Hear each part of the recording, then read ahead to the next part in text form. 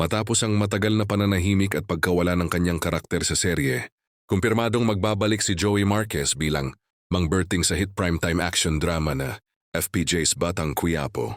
Agad itong umani ng matinding reaksyon mula sa mga tagahanga ng serye na matagal nang naghihintay ng kanyang pagbabalik sa kwento. Si Mang Berting ay isa sa mga karakter na tumatak sa manonood dahil sa kanyang malakas na personalidad, impluensya sa komunidad, at mahalagang papel sa mga naunang yugto ng serye. Kaya naman nang bigla siyang mawala sa mga eksena, marami ang nagtanong kung tuluyan na ba siyang inalis sa istorya ayon sa mga source na malapit sa produksyon. Ang pagbabalik ng karakter ay bahagi ng mas malaking plot twist sa bagong yugto ng Batang Quiapo.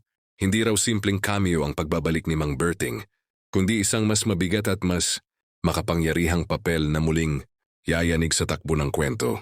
Dagdag pa ng insider, may mga eksenang inihahanda na maglalagay muli kay Mang Berting sa sentro ng banggaan ng mga pangunahing tauhan na inaasahang magdadala ng panibagong tensyon na alyansa at hidwan sa serye. Agad namang umingay ang social media matapos kumalat ang balita.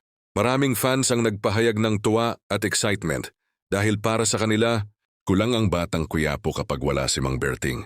May ilan pa ngang nagsabing mas magiging intense at mas unpredictable ang mga susunod na episodes. Sa pagbabalik ni Joey Marquez bilang Mang Berting, malinaw na muling pinapainit ng Batang Quiapo ang kwento nito. Hindi lang ito simpleng character comeback, isa itong bagong yugto ng banggaan ng kapangyarihan na tiyak na magpapalakas pa sa drama at aksyon ng serye.